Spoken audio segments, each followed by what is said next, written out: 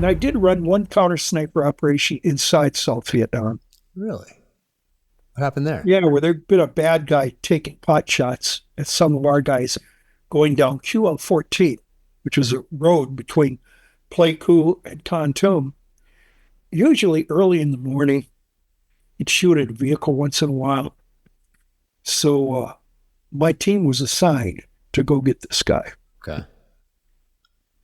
At a little after last light, we went out the gate on that side of the compound, got back into the jungle, and there was always like just over a hill in front of us. The drone plows had been through, so they cleared away maybe 200, 300 meters on both sides of the road. That was standard in Vietnam, except for the very beginning.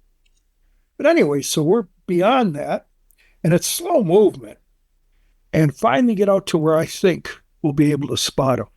So I divide the team into 3 groups, and I'm with Pitt, who was the M79 guy. And we're waiting for dawn before we move up. We're going to move up into actual shooting position. You can't move up until it's bright enough that you know you can engage at that point. Get up close enough, or excuse me, we almost get up close enough, and bang, the guy shot. So we dashed like 5-10 yards. We're on the edge of the jungle now.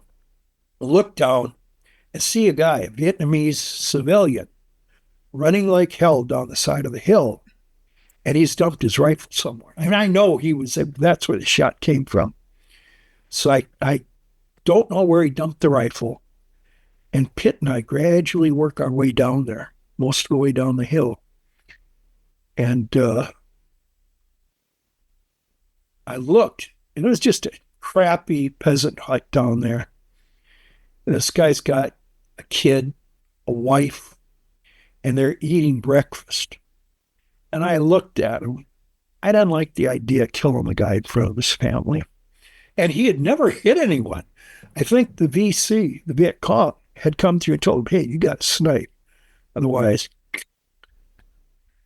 So it was one of my very few acts of foolish compassion in the war.